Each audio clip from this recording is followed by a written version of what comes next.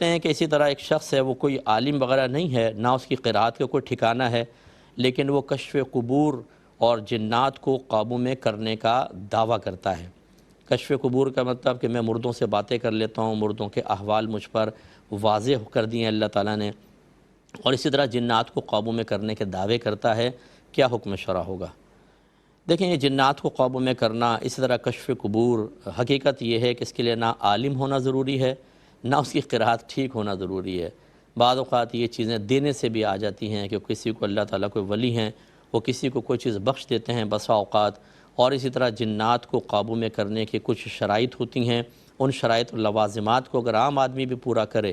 اور بہادر اور جرأت مند ہو تو یہ پاسبل ہو سکتا ہے۔ تو یہ تو مطلب کوئی ایسا مسئلہ نہیں ہے، لیکن انہوں نے آگے پوچھا کیا ایسے شخص سے عقیدت رکھ سکتے ہیں؟ تو اگر وہ غیر عالم اور قسم کے دعوے کر رہا ہے تو پھر مطلب یہ کہ اس طرح کے دعوے اکثر میں نے جو محسوس کیا اپنی 30 سالہ زندگی میں، یعنی تبلیغ دین کی 30 سالہ زندگی، اس میں فراڈ بہت زیادہ ہوتا ہے۔ نہ کشف قبور آپ کو پتہ ہے، وہ دعوے کرتا جا رہا ہے، جنات میرے پاس ہیں، آپ کو پتہ ہی نہیں، کس طرح آپ ثبوت حاصل کریں گے؟ مان لو کہ ان کے پاس جنات ہیں، اور اس سے وہ لوگوں کے سادہ لوہی سے فائدہ اٹھاتے ہیں، ان کو کسی کو شاگرد بنا لیا، کسی کو کچھ کر لیا، یہاں سے پیسہ وہاں سے پیسہ۔ تو بہرحال عقیدت قائم کریں جو اللہ نے بیان فرمایا، ان اکرمکم عند اللہ اتقاکم،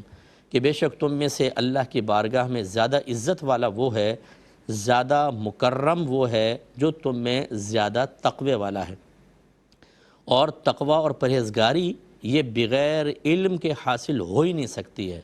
کیونکہ تقوی کی بنیادی شرط کیا ہے؟ آدمی تمام، یا اس کی بنیادی علامت کہہ لیجئے کہ آدمی تمام صغیرہ کبیرہ ظاہری باطنی گناہوں سے اپنے آپ کو بچاتا ہے۔ تو اب آپ بتائیں کہ ایک شخص کو یہی نہیں پتہ میں کیا سوچ سکتا ہوں، کیا نہیں، کیا دیکھنا جائز، کیا نہیں، کیا سننا، کیا سونگھنا، کیا چکھنا،